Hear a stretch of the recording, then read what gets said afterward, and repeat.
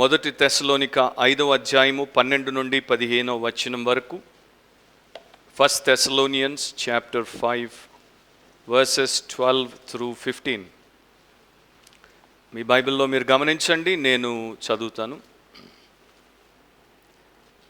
మరియు సహోదరులారా, మీలో ప్రయాసపడుచు ప్రభునందు మీకు పైవారయుండి మీకు బుద్ధి చెప్పు వారిని మన్నన చేసి వారి పనిని బట్టి వారిని ప్రేమతో మిక్కిలి ఘనముగా ఎంచవలనని వేడుకొనుచున్నాం. మరియు ఒకనితోనొకడు సమాధానముగా ఉండుడి.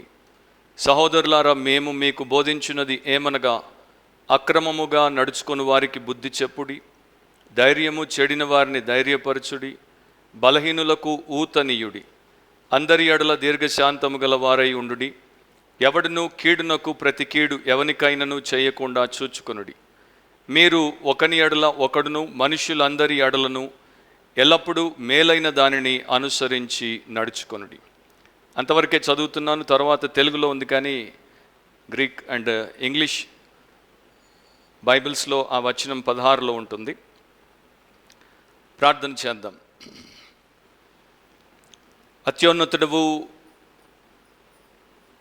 ఆధారభూతుడు అయినటువంటి ఆల్ఫా ఒమేగా అయిన మా దేవా, మేము ఈ 2వ మాసంలో సజీవ లెక్కలో ఉంచబడి మీ సంఘముగా మీ సన్నిధిలో ఆరాధన పూర్వకంగా కూడుకోవడానికి మాకు దయచేసిన ఈ గొప్ప ధన్యతను బట్టి మీకే కృతజ్ఞతా స్తోత్రాలు. గత వారం ఈ భాగము నుండి మీరు మాతో మాట్లాడారు. ఈ వారము ఆ మిగతా భాగము నుండి కూడా మీరు మాతో మాట్లాడమని ప్రార్థిస్తున్నాం. మీ పరిశుద్ధాత్మ, మీ పరిశుద్ధ లేఖనాలను తీసి మాకు నేర్పించి బోధించి మా ఆత్మలకు క్షేమాన్ని కలిగించి మీ సంఘానికి గొప్ప అభివృద్ధిని, మేలును కలుగజేయమని, ప్రతి ఆటంకాన్ని దూరపరచండి అండ్ అందరూ నీ యొక్క వాక్యము ద్వారా మేలు పొందుటకు కృప దయచేయమని యేసు పరిశుద్ధ నామమును అడిగి ప్రార్థిస్తున్నాం తండ్రి, ఆమేన్. కూర్చోండి. దేవుడి వాక్యాన్ని భయంతో, భక్తితో, శ్రద్ధతో, ఆసక్తితో వినండి. మీ బైబిల్ తెరిచి, మీ హృదయము తెరిచి, మీ కన్నులు తెరిచి వినండి. ఈ మొదటి తెస్సలోనిక 5వ అధ్యాయంలో 12 నుండి 15 వరకు పోయిన వారము అండ్ ఈ వారము ధ్యానించుట దేవుని యొక్క ఉద్దేశము కనుక ఆ ప్రకారం మనం చేస్తున్నాం. అండ్ దేవుడు తన సంఘం పట్ల ఎలాంటి ఆలోచన కలిగి ఉన్నాడు, ఆ సంఘం పట్ల ఆయనకున్నటువంటి కోరిక ఏంటి అనేది మనం చూసాము. మరొకసారి ఆ మాట నేను చెప్పి ముందుకెళ్తాను. దేవుడి యొక్క సంఘము పరిశుద్ధంగా ఉండాలి, ఆరోగ్యకరంగా ఉండాలి. దేవుని యొక్క సంఘము ఆనందభరితంగా ఉండాలి, పరసంబంధమైనదిగా ఉండాలి. ఈ తెస్సలోనీయులకు ఆయన రాసినప్పుడు ఈ విషయాలన్నీ కూడా ఆ పత్రికలో మనకు రాయబడ్డాయి. ఈ భాగము సంఘంలో ఉన్నటువంటి వారు, 2 కోవలకు సంబంధించినటువంటి వారు, సేవకులు, సంఘస్థులు, ఇద్దరికి కూడా వర్తించేటువంటి ఆదేశాన్ని, ఉపదేశాన్ని దేవుడిచ్చాడు. చాలామంది ఏమనుకుంటారు, సేవకులు సేవ చేస్తారు, సేవకులు బోధ చేస్తారు, సేవకులు అన్నింటినీ చూసుకుంటారు, బాధ్యత అంతా సేవకులదే, సంఘం యొక్క బాగోగులు చూసుకోవాల్సినటువంటి వారు వారే అని అనుకుంటారు. వాక్యంలో ఆ రకంగా మనకు నేర్పించబడట్లేదు. సేవకులకు అత్యధిక బాధ్యత ఉంటుంది, 2 బాధ్యత ఉంటుంది. కనుకనే నమ్మకంగా వారు దాన్ని చేస్తే 2 సన్మానాన్ని దేవుడు వారికి ఇస్తాడు. అయితే సంఘములో ప్రతి అంగానికి కూడా ఒక బాధ్యత ఉంది. బాడీలో ఏ మనిషి కూడా హెడ్డే అంతా పని చేసుకుంటుంది, హార్టే అంతా పని చేసుకుంటుంది. నేను హ్యాండ్ని గనుక, నేను లెగ్ని గనుక నాకు పని లేదు అని అనుకోవడానికి వీల్లేదు. హెడ్ చేసే పని హెడ్, హార్ట్ చేసే పని హార్ట్, బట్ ఎవ్రీ పార్ట్ చేసే పని ఎవ్రీ పార్ట్ చెయ్యాలి. అది మనకు అనేక రకాలుగా ప్రపంచాన్ని మనం చూస్తే దేవుడు నేర్పిస్తున్నాడు. ఇక ప్రపంచం దాకా ఎందుకు పోదాం, మనల్ని మనం అద్దంలో రోజు చూసుకుంటాం. సో ప్రతిరోజు మీరు అద్దంలో మిమ్మల్ని మీరు చూసుకున్నప్పుడు మీ హెడ్, మీ హార్టే పని చేస్తే మీరు పని చేయరు, అంటే మీరు ఉండరు పని చేయడానికి. మీ హెడ్, మీ హార్ట్తో పాటు మీ బాడీలో ఉన్నటువంటి ప్రతి పార్ట్ పని చేయాలి. ఆ పార్ట్కి రోగం వస్తే వెంటనే మనం దాన్ని రిపేర్ చేయడానికి, రెస్టోర్ చేయడానికి, దానికి హెల్త్ని ఇవ్వడానికి శాయశక్తులా ప్రయత్నం చేస్తాం, తెగ బాధపడిపోతూ ఉంటాం. ఆ రకంగా ఇక్కడ కొన్ని very useful and very powerful ఇన్స్ట్రక్షన్స్ని దేవుడు ఇచ్చాడు. స్థానిక సంఘంలో, మరి ముఖ్యంగా ఈ చివరి దినాల్లో ఉండేటువంటి సంఘంలో ఏ రకమైనటువంటి కార్యము వారు చేయాలి, పరిచర్య వారు చేయాలి అనేది ఈ భాగంలో మనం చదువుతాం. జేబీ ఫిలిప్స్ అనేటువంటి భక్తుడు న్యూ టెస్టమెంట్ని పారాఫ్రేస్ చేసినప్పుడు, అంటే ఆ యొక్క ట్రాన్స్లేషన్ని ఆయన ప్రపంచానికి ఇచ్చినప్పుడు, దాంట్లో ఈ ప్యాసేజ్ మీద, ఈ సెక్షన్ మీద ఆయన ఇచ్చినటువంటి హెడ్డింగ్ ఈ రకంగా ఉంది: reverence your ministers and regulate the conduct of your church members. మీ యొక్క సేవకులకు మీరు భయపడండి, లోబడండి, మీ సంఘ సభ్యుల యొక్క ప్రవర్తనను మీరు నియంత్రించండి. ఎవరికి చెప్తున్నాడు? ఈ regulation of the conduct of the church members అనేది ఇతర మెంబర్స్కి దేవుడిచ్చాడు.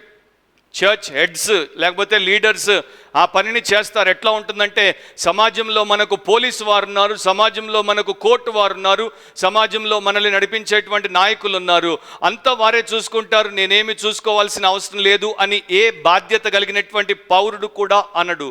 వారితో పాటు సమాజ క్షేమం కోసం, సమాజ హితం కోసము ప్రతి పౌరుడు తన బాధ్యతను వహించినప్పుడే సమాజం బాగుపడుతుంది. అదే ప్రకారము సంఘంలో పెద్దలు చేయాల్సినటువంటి పని వారు చేస్తారు, సంఘంలో ఉన్నటువంటి ప్రతి ఒక్కరూ చేయాల్సినటువంటి పని వారు చేయాలి. Last Sunday ministers and members అనేటువంటి అంశాన్ని మనం చూసాం, సేవకులు అండ్ సంఘస్థులు. అండ్ ఈ సండే మెంబర్స్ అనేటువంటి అంశాన్ని మనం చూడబోతున్నాం, సంఘస్థులు అండ్ సంఘస్థులు. కనుక ఈ మెసేజ్ మోస్ట్లీ సంఘస్థులకి, కనుక జాగ్రత్తగా మీరు వినండి. 14-15 వచనాలు మీరు ఒకసారి చూస్తే, అపోస్తలులైనటువంటి పౌలు ఆయనకి ఇవ్వబడినటువంటి అపోస్టలిక్ అథారిటీతో, అంటే అపోస్తలునికి ఉండేటువంటి అధికారంతో ఆ సంఘానికి రాస్తూ వారిని ఉద్దేశించి మాట్లాడుతున్నాడు. సహోదరులారా అని అంటాడు, బ్రదర్స్ అని అంటాడు. సహోదరుల్లోనే సహోదరులు కూడా ఉన్నారు, బ్రదర్స్తో పాటు సిస్టర్స్ కూడా ఉన్నారు. వీరు ఆయనకు రక్త సంబంధికులు కారు, వీరు ఆయనకు ఆత్మ సంబంధులు. క్రీస్తు యేసునందున్నటువంటి ఒకే విశ్వాసంలో వీరందరూ కూడా ఏర్పాటు చేయబడినటువంటి దేవుని పిల్లలు. గనుక క్రీస్తు యేసు యొక్క సంఘంలో ఉన్నటువంటి బ్రదర్స్ అండ్ సిస్టర్స్కి, సహోదరులకు ఆయన చెప్తున్నాడు, వారికి వారి యొక్క సమాజం పట్ల, వారి సంఘం పట్ల, దేవుని యొక్క గృహం పట్ల ఏ బాధ్యతనైతే దేవుడిచ్చాడో, ఏ పరిచర్యనైతే దేవుడు వారికి ఇచ్చాడో దాని గురించి ఆయన వారికి ఆజ్ఞాపూర్వకంగా మాట్లాడుతున్నాడు. చర్చ్ అనగానే మనకు చాలామందికి సరైనటువంటి ఇమేజ్ మైండ్లోనికి రాదు. అంటే చర్చ్, మనం ఏదైనా ఒక విషయాన్ని గురించి ఆలోచించగానే మన మైండ్ చిన్నప్పటి నుండి పెరిగినప్పుడు మన బ్రెయిన్ ప్రతిదాన్ని ఒక ఇమేజ్ రూపంలో మన యొక్క లోపల ఉన్నటువంటి స్టోరేజ్లో స్టోర్ చేసి పెడుతుంది. బొమ్మ అనగానే దాని ఇమేజ్ మనకు కనపడుతుంది, యాపిల్ అనగానే ఇమేజ్ కనపడుతుంది, లెమన్ అనగానే ఇమేజ్ కనపడుతుంది, ఫోన్ అనగానే ఇమేజ్ కనపడుతుంది. అదే ప్రకారము చర్చ్ అనగానే చాలామంది చర్చ్ మెంబర్స్ యొక్క మైండ్లో, బ్రెయిన్లో కనబడేటువంటి ఇమేజ్ ఏంటంటే, ఒక building with a steeple and a cross on top of it. ఒక కట్టడము, దాని మీద ఒక ఎత్తైనటువంటి స్టీపుల్, దాని మీద ఒక సిలువ. అది మనిషి మనకిచ్చినటువంటి ఇమేజ్. బైబిల్ మనకు ఆ ఇమేజ్ ఎక్కడ ఇవ్వలేదు. బైబిల్ యొక్క ఇమేజ్ ఏంటంటే, church is not a building, church is a body of believers. సంఘము అనేది ఒక కట్టడం కాదు, సంఘము అనేది క్రైస్తవుల సమూహము. Church is the family of God. సంఘము అనేది దేవుని యొక్క కుటుంబము.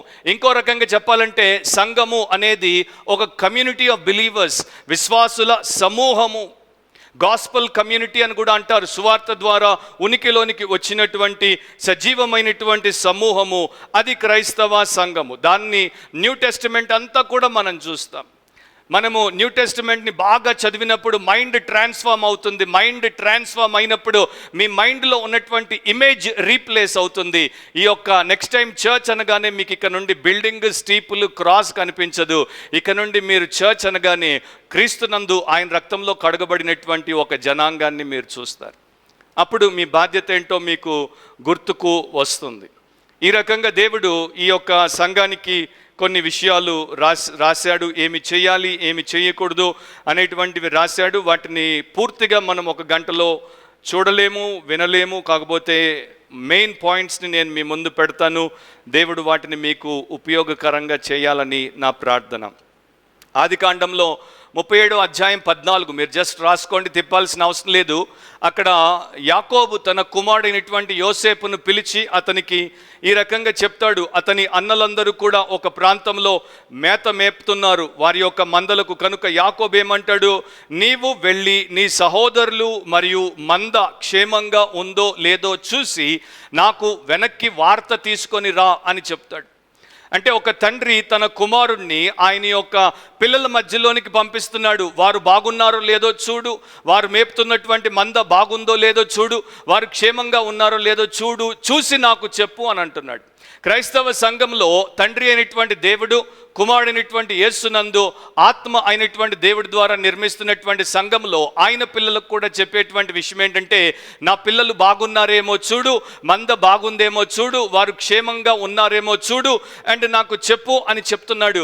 రెండు రకాలుగా మనం ఈ పని చేయొచ్చు. ఒకటి, మన సంఘం కోసం ప్రార్థన చేయడం ద్వారా.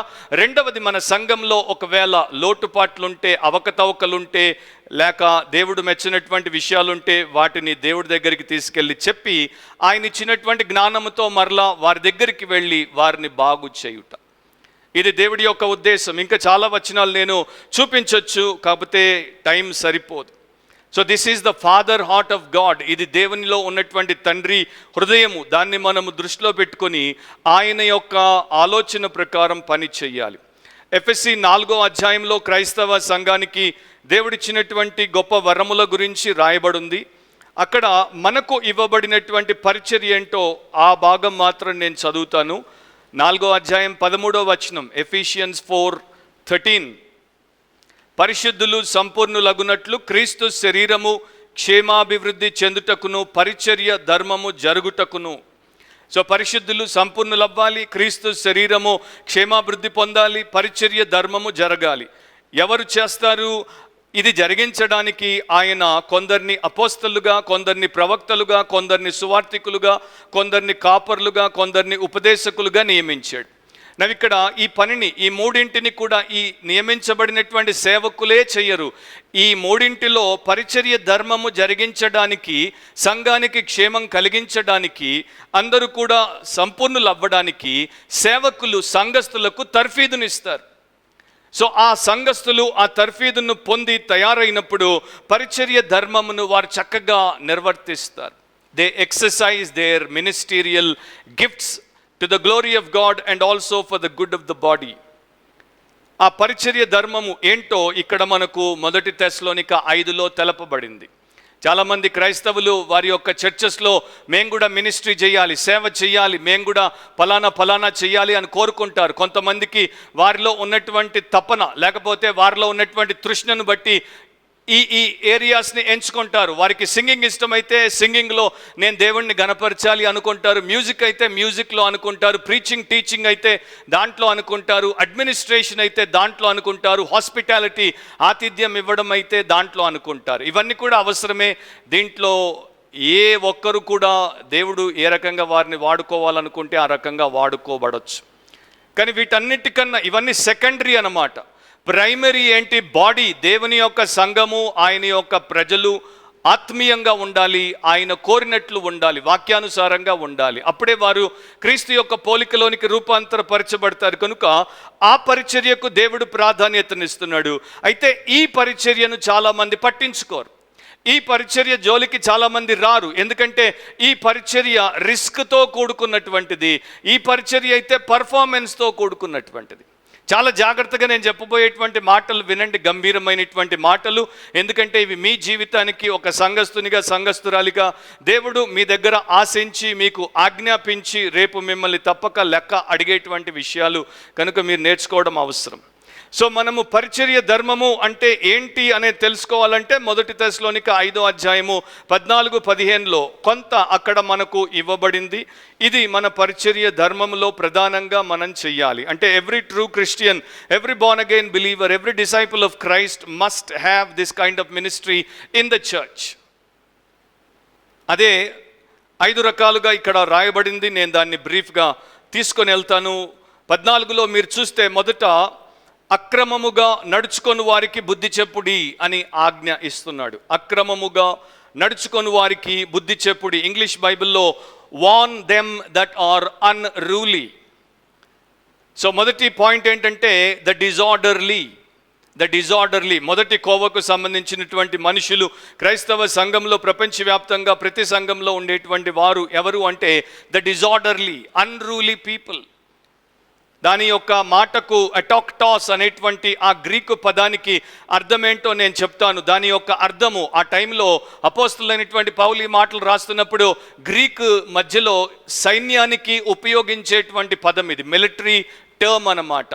ఏదైనా సైన్యంలో సైన్యమంతా కూడా ఒక రెజిమెంట్గా ఒకవైపు అడుగులో అడుగు వేసి మూవ్ అవుతున్నప్పుడు ఆ యొక్క రెజిమెంట్ నుండి ఒక్క సైనికుడు వేరుగా బయటకు వచ్చి దాంతో కదలక ముందుకు పోకపోతే వీడు అక్రమార్కుడుగా ఎంచబడేవాడు. ఇది ఆర్డర్తో ముందుకెళ్తోంది, వీడు ఆర్డర్ని తప్పి బయటకు వచ్చి డిజార్డర్లీగా ఉన్నాడు గనుక హీ ఈజ్ అన్రూలీ అని వారు చెప్పేవారు. సో పరేడ్లో సైన్యమంతా ఒకవైపు మూవ్ అవుతుంటే వీడు పక్కకి వెళ్ళిపోయి వెనక్కి పోవడమో అక్కడే నిలబడ్డమో చేస్తే అది ఎంత దుర్మార్గమో, అది ఎలాంటి డిసిప్లిన్కి వాడిని తీసుకుని వస్తుందో మనందరికీ తెలుసు.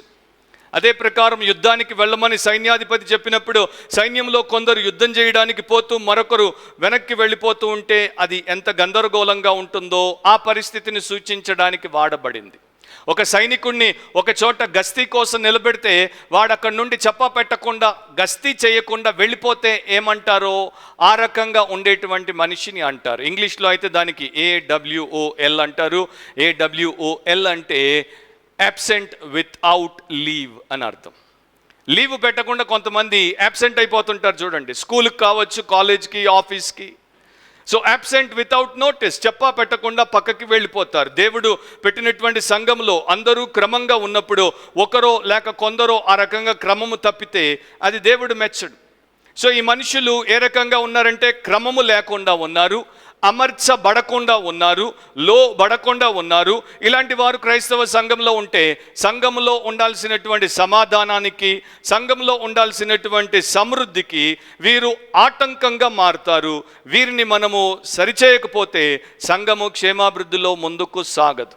బెరియా పట్టణానికి వెళ్ళినప్పుడు అక్కడ ఒక విషయాన్ని తెలుసుకోవడం జరిగింది. బెరియాలో ఒకప్పుడు గ్రీకులకి మరి ఈ యొక్క బాడీ బిల్డింగ్ అనేది చాలా ఇష్టం. జిమ్నాసియంలు వారు విస్తృతంగా వినియోగించేవారు. గ్రీకు వీరుడు అనేటువంటి పదం కూడా మనం వింటూ ఉంటాం. సో ఎవడైనా సరే జిమ్నాసియంకి వచ్చి ఎక్సర్సైజ్ చేస్తున్నప్పుడు వారి టైంలో జిమ్నాసియార్కల్ లా అంటారు దాన్ని. సో అక్కడికి వచ్చి అక్కడ ఉన్నటువంటి ఆర్డర్ ప్రకారం ఎక్సర్సైజ్ చేయకపోతే వెంటనే ఆ జిమ్లో ఉన్నటువంటి కోఆర్డినేటర్ కావచ్చు, లీడర్ కావచ్చు, వాడిని పక్కకి జరిపేసేవాడు అనమాట. నువ్వు ఆర్డర్ లేకుండా ఉన్నావు, నువ్వు పక్కకి రా అని చెప్పి వాడిని పక్కకి తీసేసి వాడిని క్రమశిక్షణలో పెట్టి వాడిని మరలా ఆర్డర్లో పెట్టేవారు. ఆ రకంగా వాడు ఆర్డర్లోకి వచ్చేంత వరకు వాడిని జిమ్లో ఏమీ చేయకుండా నియంత్రించేవారు. సో ప్రపంచవ్యాప్తంగా ఇవి అనేక చోట్ల మనం చూస్తాం. ఈ క్రమము లేనటువంటి వారు ఏ రకంగా ఉన్నారు అంటే ఇంగ్లీష్లో ఇంకో రకంగా చెప్పాలంటే they are not disciples, they are loafers. They are not disciples, they are loafers. Loafing around అంటారు చూడండి, లాయిటరింగ్ అరౌండ్ అంటారు చూడండి. పని పాట లేకుండా అటు ఇటు తిరుగుతుంటారు, ఏమి చేయకుండా అన్నిటికీ అడ్డం వచ్చేటువంటి వారిగా ఉంటారు. ఆ రకంగా ఉండడం దేవుడి యొక్క సంఘంలో కుదరదు. టాక్టాస్ అనేటువంటి పదానికి ఆర్డర్డ్, వాట్ ఈస్ ప్రిస్క్రైబ్డ్ అని అర్థం. అంటే క్రమములో పెట్టబడుట, ఏదైతే చేయుటకు నియమించబడిందో దానినే చేయుట. సో టాక్టాస్ని నెగేట్ చేసేది, దాని ముందు ఏ అనేటువంటి అక్షరము అంటే ఈ రెండింటిని తప్పించి దెబ్బతీసేది ఎటాక్టాస్. ఎటాక్టాస్ అంటే క్రమము లేకుండా ఉండుట, పెట్టిన స్థలములో ఉండకుండా తొలగిపోవుట, క్రమశిక్షణ కింద ఉండకుండుట. జనరల్గా చెప్పాలంటే డిజార్డర్లీ లైఫ్ స్టైల్ అంటే ఒక రూపు లేక ఒక క్రమము లేనటువంటి జీవన విధానం. మూడు రకాలుగా మనుషులు క్రమం లేకుండా ఉండొచ్చు. వారు పౌరులుగా సమాజంలో ఉన్నప్పుడు వారి యొక్క బాధ్యతను వారు విస్మరించినప్పుడు, దాని విషయంలో వారు అన్యాయం చేసినప్పుడు, వారి పని వారు చక్కగా చేసుకుంటూ వారు సమాజానికి ఉపయోగపడకుండా ఇతరుల విషయాల్లో తలదూర్చి జోక్యం చేసుకొని వీరు సరిగ్గా వారిని సరిగ్గా బ్రతకనివ్వకుండా ఉన్నప్పుడు వీరిని disorderly men in the society అని అంటారు. రెండవది న్యాచురల్ విషయంలో సహజంగానే ఒక మనిషి ఏ రకంగా బ్రతకాలో దేవుడు నిర్ణయించాడు. ఆ మనిషికి వివేకాన్ని ఇచ్చాడు, కామన్ సెన్స్ని ఇచ్చాడు. మనకి చదువు లేకపోయినా కూడా మనం పశువుల్లాగా బ్రతకకుండా దేవుడు మనల్ని పైనే పెట్టాడు. కానీ దానికి కూడా న్యాయము చేయకుండా, అక్కడ కూడా క్రమము లేకుండా ఉంటే చాలామంది అంటుంటారు, చూడండి వాడు పశువు కన్నా హీనం. సో సివిల్ మ్యాటర్స్లో క్రమము లేదు, న్యాచురల్ లా విషయంలో, లైఫ్ విషయంలో క్రమం లేదు. ఇక మూడవది ఏంటంటే స్పిరిచువల్ ఇష్యూస్లో, ఆత్మ సంబంధమైనటువంటి విషయాల్లో, దేవుడి విషయాల్లో వాక్యాన్ని లేక సంఘ క్రమాన్ని నిర్లక్ష్యం చేసిన, దాన్ని అదుపు తప్పిన, దాన్ని అతిక్రమించిన వారు దేవుడు చెప్పినట్టు కాకుండా మరో రకంగా ప్రవర్తిస్తున్నారు. గ్రీక్ ఫిలాసఫర్ థీమోస్థీనస్ అనేటువంటి ఈయన ఒకప్పుడు దీన్ని ఎందుకు వాడేవారో చెప్పేవాడు. గ్రీక్ సైన్యంలో ఎవడైనా సరే యుద్ధానికి లేక సైన్యంలో చేరి దేశాన్ని కాపాడడానికి ఇష్టపడకుండా, నేను ఆ పని చేయను, నేను ఖాళీగా ఉంటాను, నా టైం కాలయాపనతో నేను గడిపేస్తాను అనేటువంటి వారిని ఏమనేవారంటే, వీడు సమాజానికి దేశానికి పనికి రాని, ఎందుకు ఉపయోగం లేనటువంటి పదార్థము అనేవారు. హీఈస్ అన్ అన్రూలీ డిజార్డర్లీ పర్సన్ అనేవారు. అండ్ దేవుడికి సంఘంలో ఒక్కరు కూడా పనికి రాకుండా ఉండడానికి వీల్లేదు. ఆయన మనల్ని తన ప్రాణమిచ్చి కొన్నాడు, తన రక్తమిచ్చి కొన్నాడు, తన పరిశుద్ధాత్మను మనలో పెట్టాడు. రెగ్యులర్గా సిస్టమేటిక్గా క్రైస్తవ సంఘము ద్వారా దేవుడు అనేక ఆత్మ సంబంధమైనటువంటి విషయాలు నేర్పి వాక్యం ద్వారా మనల్ని ఆయన సిద్ధపరిచేది పని పాట లేకుండా, క్రమం తప్పి మన ఇష్టానుసారంగా మనం బ్రతకడానికి కాదు. సో సంఘంలో ఇలాంటి వారు ఉంటారు. అండ్ ఈ తెస్సలోనిక సంఘంలో ఇలాంటి వారు ఉన్నారు. వీరు దేవుడికి, చర్చ్కి AWOLగా ఉంటారు. అంటే they are absent without leave from the church and from God. And church మీటింగ్స్లో పాస్టర్లకి నిరంతరము ఉండేటువంటి ఒక పెద్ద సవాల్ ఏంటంటే, సభ్యులు రెగ్యులర్గా ప్రతి వారం వస్తున్నారా, ప్రతి మీటింగ్ వస్తున్నారా, లేక తప్పిపోయారా అనేది చూస్తూ ఉండాలి. ఉదయం బయటికి మందపోయిన తర్వాత సాయంత్రానికి దొడ్డిలోనికి వచ్చినప్పుడు ప్రతి గొర్రె దొడ్డిలోనికి వచ్చిందా లేదా అని కాపర్ ఎట్లా చూసుకుంటాడో, అదే ప్రకారం ప్రతి వారము fill in the blanks. So ఈ సంఘంలో ఉన్నటువంటి వారికి అపోస్తలులైనటువంటి పౌలు 2 పత్రికలు రాశాడు. నేను ఆ వచనాలు చదువుతాను, మీకు ఇంకా క్లారిటీ వస్తుంది. ఆయన ఎందుకని అక్రమముగా నడుచుకుని వారికి బుద్ధి చెప్పమని చెప్తున్నాడో. 4వ అధ్యాయంలో 10 నుండి 12 వరకు, యాక్చువల్గా 11, 12 వచనాలు, కానీ ఇక్కడ తెలుగులో కలిసి ఉన్నాయి కనుక నేను ఆ భాగాన్ని చదువుతాను. 1 Thessalonians 4:11 and 12. అలాగుననే మాసిదోనియా అంతటా ఉన్న సహోదరులందరినీ మీరు ప్రేమించుచున్నారు. సహోదరులారా, మీరు ప్రేమయందు మరి ఎక్కువగా అభివృద్ధి నొందుచుండవలననియు, సంఘమునకు వెలుపటి వారి ఎడల మర్యాదగా నడుచుకొనుచు, మీకేమియు కొదువ లేకుండానట్లు మేము మీకు ఆజ్ఞాపించిన ప్రకారము మీరు పరుల జోలికి పోక, మీ స్వంత కార్యములను జరుపుకొనుటయందును మీ చేతులతో పని చేయుటయందును ఆశ కలిగి ఉండవలనని మిమ్మును హెచ్చరించుచున్నాము.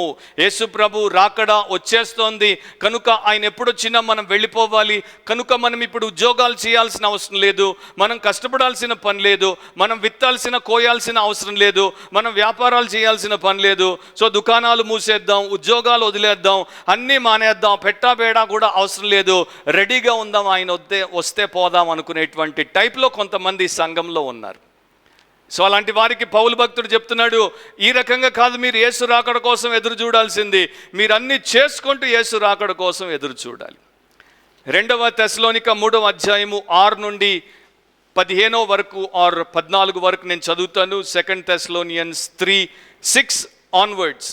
సహోదరులారా, మా వలన పొందిన బోధన ప్రకారము కాక అక్రమముగా నడుచుకొను ప్రతి సహోదరుని యొద్ద నుండి.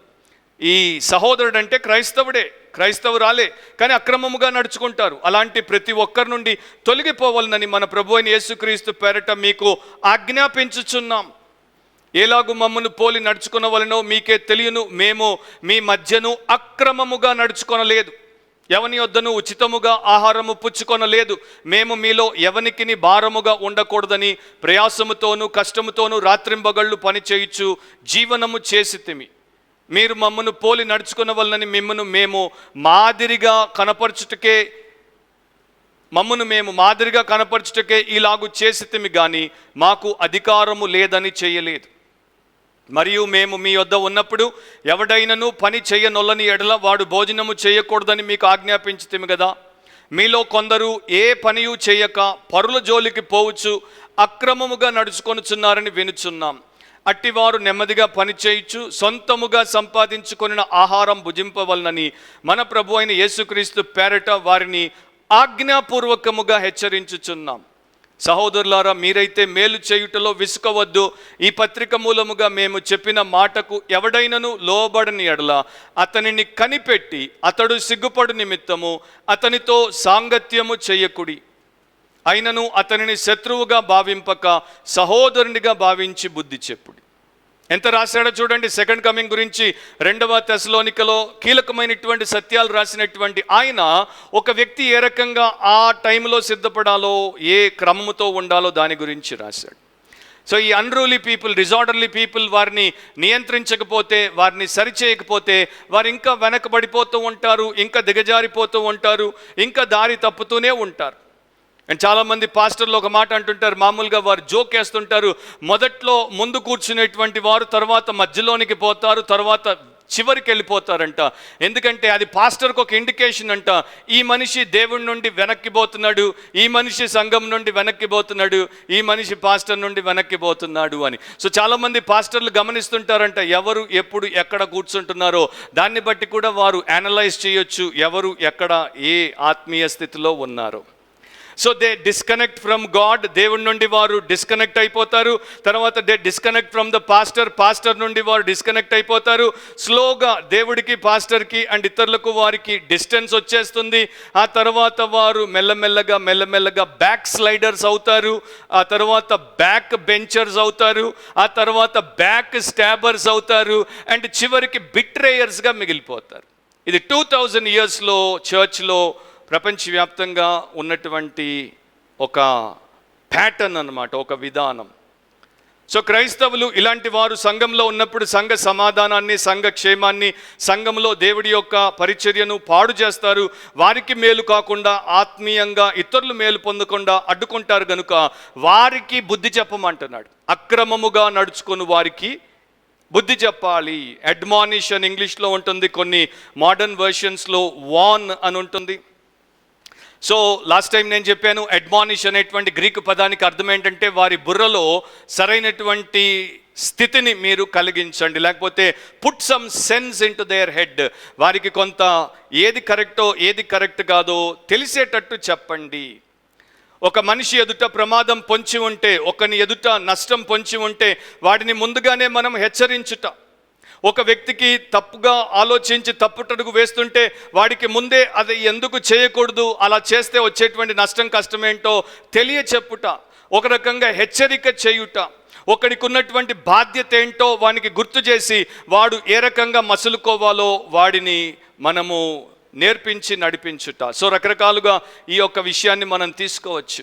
బుద్ధి చెప్పేటువంటి విషయము కౌన్సిలింగ్లో పాస్టర్లు చేస్తారు, కానీ ఎవ్రీడే కంటిన్యూస్గా బైబిల్ ప్రకారం మీరు చూస్తే హెబ్రీ పత్రిక 3వ అధ్యాయంలో ఆ పనిని దేవుడు ఎవరికి ఇచ్చాడు అనేది చూస్తే అది విశ్వాసులకు ఇచ్చాడు, భక్తులకు ఇచ్చాడు, క్రైస్తవ సంఘంలో ఉండేటువంటి క్రీస్తు యేసు యొక్క శిష్యులకు ఇచ్చాడు.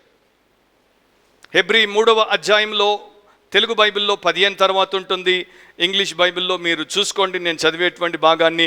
ప్రతి దినమును ఒకరినొకడు బుద్ధి చెప్పుకొనుడి.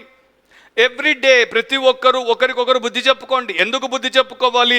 జీవము గల దేవుని విడిచిపోయేటువంటి విశ్వాసం లేని దుష్ట హృదయము మీలో ఉంటుందేమో కనుక ఆ స్థితిలోనికి మీరు రాకుండా, మీ హృదయము కఠినపరచబడకుండా, పాపము వలన కలిగే భ్రమకు మీరు బలైపోకుండా ఒకరికొకరు బుద్ధి చెప్పుకోండి. సో ఇది విశ్వాసులు, క్రైస్తవులు చేయాల్సినటువంటి పని. కానీ చాలామంది క్రైస్తవులు ఇది ఆల్ ఓవర్ ది ప్లేస్, అంటే ఎవ్రీవేర్, ఎవ్రీ చర్చ్లో మనం చూసేది ఏంటంటే most of the Christian church members ఎక్కువ మంది they want to play safe.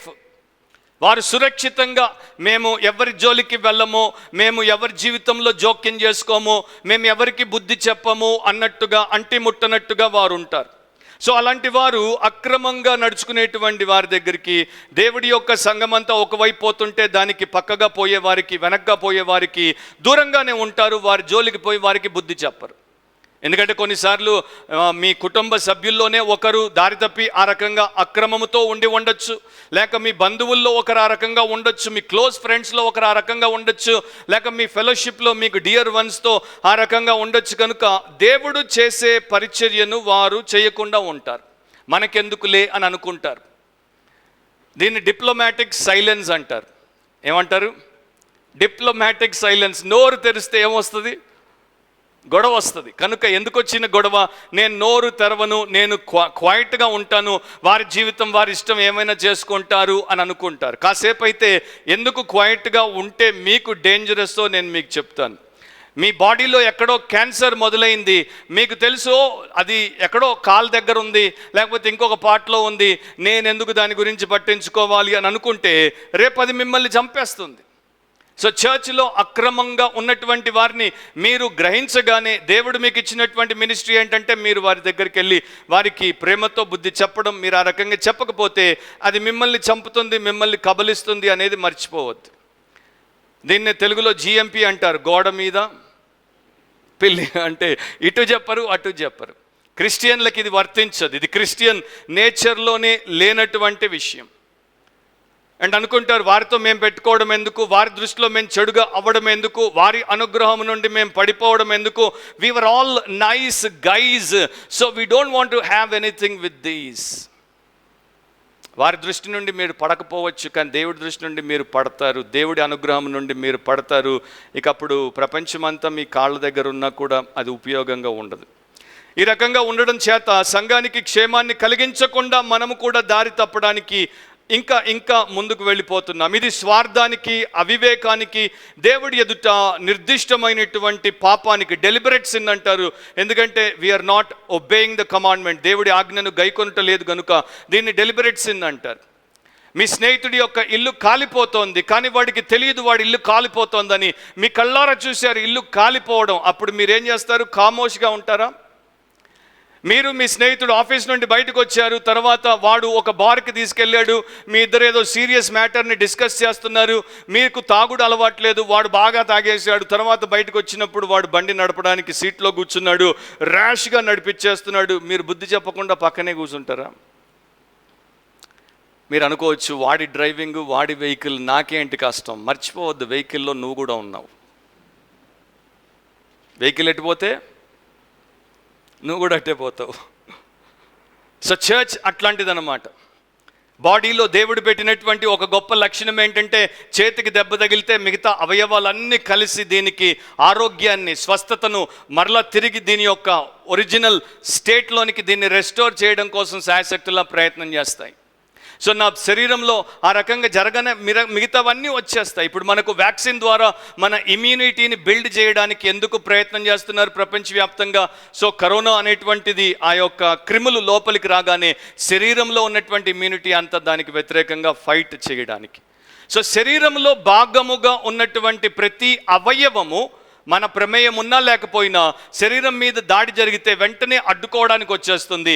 సంఘములో నీవు ఒక మెంబర్గా ఉంటే, ఒక అంగముగా ఉంటే, సంఘం మీద దాడి జరగగానే నీవు వెంటనే దాన్ని అడ్డుకోవడానికి వస్తావు. నీవు అడ్డుకోవట్లేదు అంటే నీవు చర్చ్ మెంబర్వి కాదు, నీవు part of the body of క్రైస్ట్వి కాదు.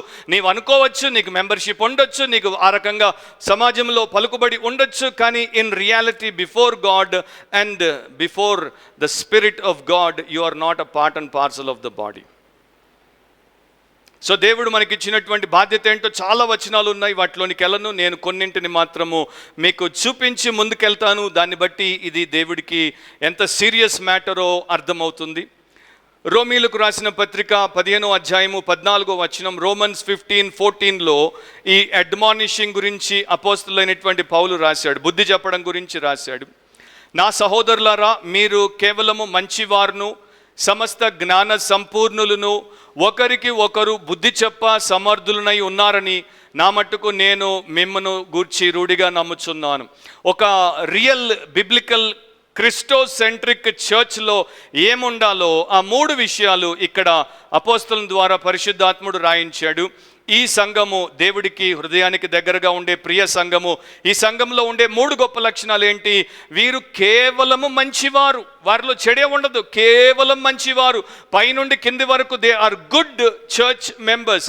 రెండవది సంపూర్ణ జ్ఞాన సంపూర్ణులు, they are filled with the knowledge of God. దేవుడి యొక్క జ్ఞానంతో నిండినటువంటి వారు, వారిని ఎక్కడ కోసినా బయటికి వాక్యమే వస్తుంది అండ్ వారికి వాక్య వివేచన ఉంది. మూడవది ఏంటి, వీరు ఒకరికి ఒకరు బుద్ధి చెప్పేటువంటి వారు. అండ్ బుద్ధి చెప్పుటకు కావాల్సినటువంటి ఎబిలిటీ వీరిలో ఉంది, సామర్థ్యత వీరిలో ఉంది. అక్కడ వాడబడినటువంటి ఏబుల్ అనేటువంటి మాటకు అర్థం ఏంటో తెలుసా? డైనమైట్ పవర్, డ్యూనామిస్ అనేటువంటిది, అంటే పరిశుద్ధాత్మ యొక్క శక్తిని కలిగి ఉండుట. 13లో మీరు చూస్తే, కాగా మీరు పరిశుద్ధాత్మ శక్తి పొంది అని పౌలు రాశాడు. సో వీరికి పరిశుద్ధాత్మ శక్తి మెండుగా ఉంది గనుక ఇతరులకు బుద్ధి చెప్పేటువంటి సామర్థ్యం వీరికి ఉంది. సో క్రైస్తవ సంఘస్థులుగా యానివర్సరీలు చేసుకోవచ్చు, ఇంకా మనం టెస్టిమోనీలు ఇవ్వచ్చు. ఒక ఆయన అంటాడు టెస్టిమోనియలా లేకపోతే టెస్టి లయలా అనేసి. అంటే టెస్టిమోనియం కాదు, టెస్టి లయల్ అంటే సాక్ష్యం రూపంలో అబద్ధాలు చెప్తుంటారు అని. అఫ్కోర్స్ అది గ్రామాటికల్గా కరెక్ట్ ఇంగ్లీష్ కాదు, కానీ ఆయన చెప్పిన దాంట్లో పాయింట్ ఉంది. సో నేను మంచి వ్యక్తిగా ఉండాలి, నేను దైవ జ్ఞానముతో నిండి ఉండాలి, నేను ఇతరులకు పరిచర్య చేయగలగాలి, దారి తప్పిపోయేటువంటి వారికి, అక్రమార్కులకు బుద్ధి చెప్పగలగాలి. ఇది క్రైస్తవ సంఘానికి ఆయన ఇచ్చినటువంటి ఆజ్ఞ. కొలస్సీ 3:16లో మీరు చూస్తే, కొలోషియన్స్ 3:16లో మీరు చూస్తే, అక్కడ కూడా సంఘం అంతటికి మరలా సేమ్ థింగ్ ఇంకొక రకంగా చెప్పబడింది. సంగీతములతోనూ కీర్తనలతోనూ ఆత్మ సంబంధమైన పద్యములతోనూ ఒకనికి ఒకడు బోధించుచు బుద్ధి చెప్పుచు కృపాసహితముగా మీ హృదయములలో దేవుని గూర్చి గానము చేయుచు సమస్త విధములైన జ్ఞానముతో క్రీస్తు వాక్యము మీలో సమృద్ధిగా నివసింపనీయుడి. సో డైలీ మీరు దేవుడి వాక్యాన్ని చదివి దాన్ని మీ హృదయంలో భద్రం చేసుకొని నెమరు వేసుకుంటూ ఉంటే మీకు ఇతరులు తప్పు చేయగానే తెలిసిపోతుంది. ఇది వాక్యానుసారమైన ప్రవర్తన కాదు, ఇది క్రమము లేని ప్రవర్తన, క్రీస్తుకు వ్యతిరేకమైన ప్రవర్తన అని మీకు తెలిసిపోగానే మీరు బుద్ధి చెప్పడానికి సిద్ధంగా వారికి సహాయపడడానికి దేవుడి చేత వాడబడతారు. ఇక దేవుడు తన వాక్యాన్ని ఎందుకు ఇచ్చాడు, దాంట్లో వాక్యం ఏం చేస్తుంది అనేది కూడా 2 తిమోతి 3:16 16వ వచనంలో వాక్యంలో రాయబడింది. 2 తిమోతి 3:16 దైవావేశం వలన కలిగిన ప్రతి లేఖనము ఉపదేశించుటకును, ఖండించుటకును, తప్పుదిద్దుటకును, నీతి యందు శిక్ష చేయుటకును ప్రయోజనకరమై ఉన్నది. కనుక దేవుడి వాక్యం ద్వారా ఈ పనులన్నీ చేయొచ్చు. బుద్ధి చెప్పి తప్పు దిద్దడానికి, ఖండించడానికి, సరైన మార్గంలో వారిని నడిపించడానికి దేవుడు సహాయం చేస్తాడు. ఇంతకుముందే మనం చదివాం 2 తెస్సలోనిక 3:15లో, తప్పిన వారిని, అక్రమంగా ఉన్నటువంటి వారిని మన యాటిట్యూడ్ ఏ రకంగా ఉండాలో దేవుడు చెప్పాడు. వారిని శత్రువుగా భావించకుండా సహోదరులని వారికి బుద్ధి చెప్పమన్నాడు. Because they are the children of God, వారు దేవుని పిల్లలే, వారు మన సంఘంలో సభ్యులే, వారు మన సహోదరులే. కనుక శత్రువులుగా భావించొద్దు, సహోదరులుగానే భావించి వారికి బుద్ధి చెప్పాలి. లూకా 17:3లో, అంటే లూక్ 17:3లో యేసు ప్రభు ఏం చెప్పారో ఒక్కసారి మీరు చూడండి. కొన్ని వచనాలు నేను మీకు చూపిస్తాను, కనుక విసుగు చెందక బైబిల్ తిప్పండి. ఆ ఎక్సర్సైజ్ మీకు చాలా మేలు చేస్తుంది. మీ విషయమై మీరే జాగ్రత్తగా ఉండుడి. నీ సహోదరుడు తప్పిదము చేసిన ఎడల అతని గద్దించుము, అతడు మారు మనసు పొందిన ఎడల అతని క్షమించుము అని చాలా స్పష్టంగా చెప్పాడు. యేసు ప్రభువే చెప్పాడు. ఎవరో మనకి చెప్పాల్సిన అవసరం లేదు. కొంతమంది అనుకుంటారు పాస్టర్ చెప్తే మేము చేయాలా, కాదు, ప్రభువే చెప్పాడు, దేవుడే చెప్పాడు. ఆత్మదేవుడు ఆజ్ఞ రూపంలో మనకు రాసి ఇచ్చాడు, కనుక దాన్ని మనం తప్పకుండా చేయాలి. నా సహోదరుడు ఏ విషయంలోనైనా వాక్యానికి వ్యతిరేకంగా తప్పు చేస్తే దాని విషయంలో అతన్ని గద్దించాలి, మారు మనసు పొందితే క్షమించాలి. ఇక పాత నిబంధనలో కీర్తన 141లో దేవుని హృదయానుసారుడు ఏమి రాశాడో చూడండి. అలాంటి వారుండుట అతనికి ఎంత ఇష్టం అంటాడో చూడండి. Psalm 141:5 నీతిమంతులు నన్ను కొట్టుట నాకు ఉపకారం. ఆ మాటల్ని మీరు అండర్లైన్ చేయండి, హైలైట్ చేయండి, ఇంటికెళ్ళి చదువుకోండి. నీతిమంతులు నన్ను కొట్టుట నాకు ఉపకారం, వారు నన్ను గద్దించుట నాకు తైలాభిషేకం. నేను అట్టి అభిషేకమును త్రోసివేయకొందును గాక. వారి దుష్ట క్రియలను చూచి నేను తప్పక ప్రార్థన చేయుచున్నాను అని అంటాడు. సో నీతిమంతుడు నన్ను కొట్టడం, గద్దించడం అది నాకెంతో ఉపకారం, నాకెంతో తైలాభిషేకం వంటిది, దాన్ని నేను ఎట్టి పరిస్థితుల్లో కాదన్ను అని అంటాడు. So the church must be open for correction, open for rebuke, open for admonition, and at the same time other church members ఎక్కడైతే అవసరం ఉందో అక్కడ దాన్ని తప్పక చేయాలి. ఇది దేవుడి యొక్క సంఘంలో ఆయన పెట్టినటువంటి క్రమం. మరి ఈ పని చేయాలి, బుద్ధి చెప్పాలి ఇతరులకు అంటే నీవు ఆత్మీయంగా ఉండాలి, నీవు ఆత్మానుసారంగా నడవాలి, అండ్ నీకు వాక్య జ్ఞానం ఉండాలి, బుద్ధి చెప్పే సామర్థ్యం ఉండాలి. ఎలా వస్తాయి బ్రదర్?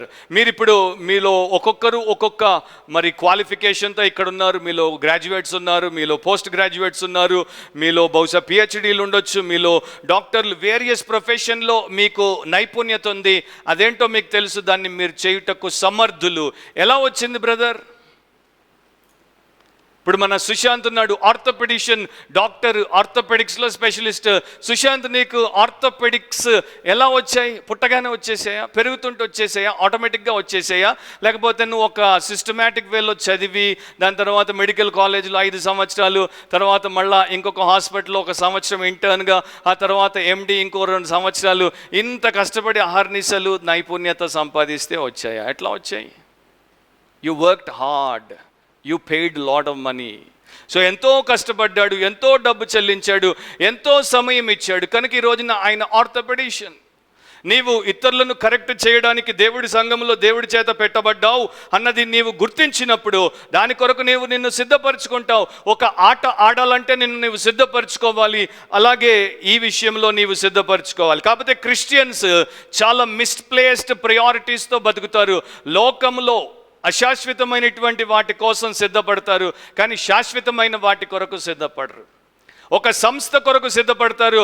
సంస్థ వారు అంటారు మీ ట్రైనింగ్ అప్డేట్ అవ్వలేదు, సో ఇప్పుడు చాలా లేటెస్ట్ టెక్నాలజీ వచ్చింది, మేము మిమ్మల్ని 1 సంవత్సరం చైనాకి పంపిస్తున్నాం, అక్కడికి పోయి ఆ లేటెస్ట్ టెక్నాలజీలో ట్రైన్ అయ్యి రండి, 16 hours a day మీరు అక్కడ ట్రైనింగ్లో ఉంటారు అంటే హుయ్ హుయ్ అని హుష్కాకిలాగా ఎగిరిపోతారు అక్కడికి. ఇక్కడున్న మీ డైలీ రొటీన్, మీ ఫ్యామిలీ, మీ విషయాలన్నీ కూడా గాలికి ఎగిరిపోతాయి. ఎందుకంటే మీరు గోయింగ్ ఫర్ ద ట్రైనింగ్ అయిపోతుంది, మీరు ఫ్లైట్లో వస్తుంటారు, మీ ఫ్లైట్ పేలి మీరు చచ్చిపోతారు.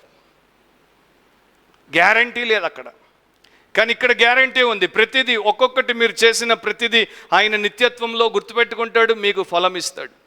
సో మన ఫోకస్ ఏంటంటే అశాశ్వతమైన వాటి కోసం మనల్ని ట్రైన్ చేసుకుంటాం, ప్రిపేర్ చేసుకుంటాం, కమిట్ చేసుకుంటాం. కానీ దేవుడు సంఘంలో మనకిచ్చినటువంటి గ్రేట్ గ్లోరియస్ గ్రేషియస్ మినిస్ట్రీ కోసము ట్రైన్ చేసుకోము, అండ్ మన టైం ఇవ్వము, కమిట్ చేసుకోము. ఎంత గొప్ప పనో ఒకసారి ఆలోచించండి. దారి తప్పుతున్నటువంటి వారికి దారిలో ఉన్నటువంటి వారు దారిలో పెట్టడం, వారిని ప్యూరిఫైయింగ్ మినిస్ట్రీ ద్వారా, ప్రొటెక్టింగ్ మినిస్ట్రీ ద్వారా, పర్ఫెక్టింగ్ మినిస్ట్రీ ద్వారా క్రీస్తు శరీరంలో వారు భాగముగా ఉండునట్లు, ఆరోగ్యకరంగా ఉండునట్లు చూడడం. ఎఫెసీ 5 తర్వాత చదువుకోండి. ఆయన సంఘం కోసం ఆయన తను తాను అప్పగించుకున్నాడు, ప్రాణాలు అర్పించాడు. ఎందుకంటే దానిలో ఒక్క ముడత, మరక, మరి అట్టి అపవిత్రమైనది ఏది ఉండకుండానట్లు. సో నన్ను అడిగితే ఇది చాలా గొప్ప ఉద్యోగము, గొప్ప సేవ, గొప్ప వ్యాపారము, గొప్ప ఘనతతో కూడుకున్నటువంటి పని. ప్రతి విశ్వాసి ఈ రకంగా సిద్ధపడి ఇతరులకు ఉపయోగకరమైన పరిచర్య చేయాలి. సో మనం ఏం చేయడానికి పిలువబడ్డాం? To guard one another, to guide one another. ఒకరినొకరం సంరక్షించుకోవాలి, ఒకరిని ఒకరం నడిపించుకోవాలి, ఒకరి నుండి ఒకరం వేరై గ్లైడ్ అయిపోవడానికి కాదు. ఎన్నో ఏళ్ల క్రితం బ్రిటిష్ మ్యూజియంకి ఒక గ్రూప్, మ్యూజియంస్కి గ్రూప్స్ వస్తుంటారు పోతుంటారు టూరిస్టులు.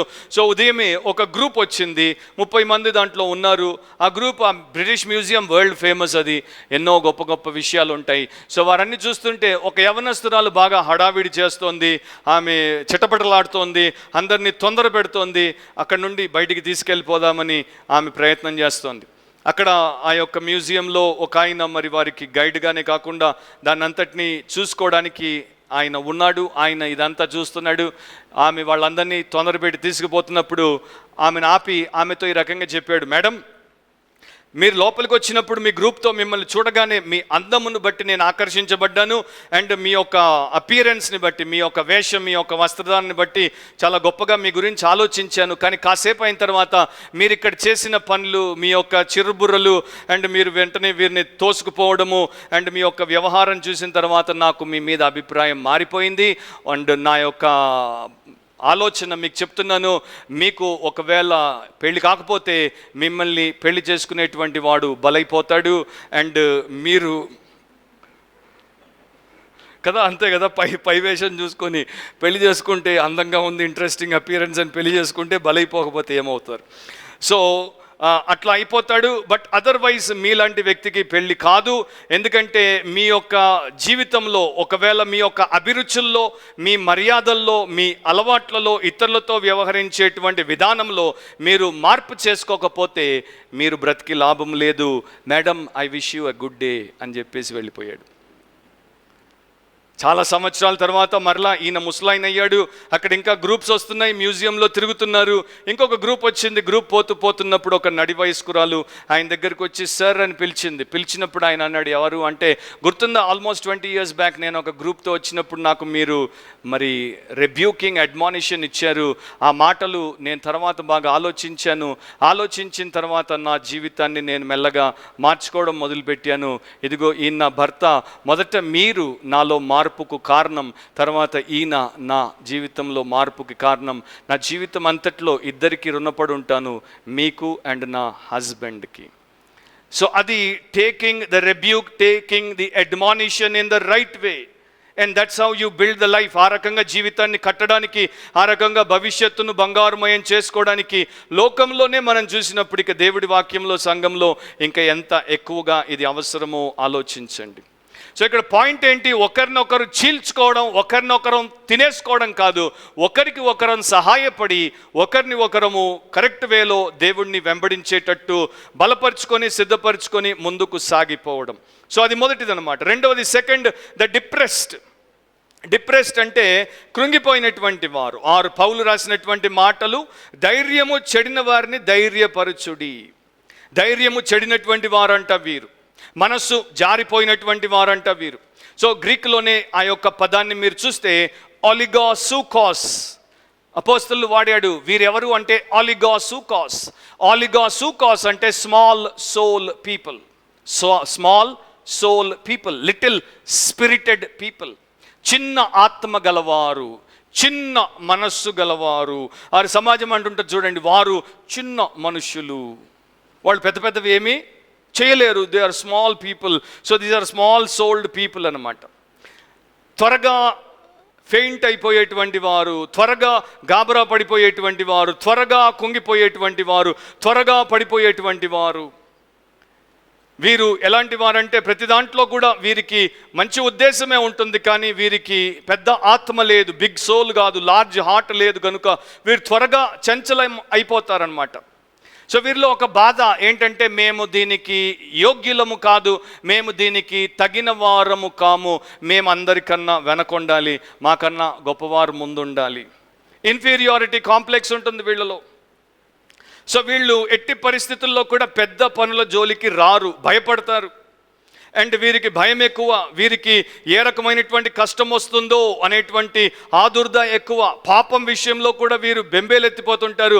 మేము అయోగ్యులము, మేము ఏదైనా చేయకుండా తప్పుగా చేస్తే దేవుడి కోపం వస్తుంది, అండ్ మేము దీనికి అసలు యోగ్యులమే కాదు అనుకునేటువంటి వారు స్మాల్ సోల్.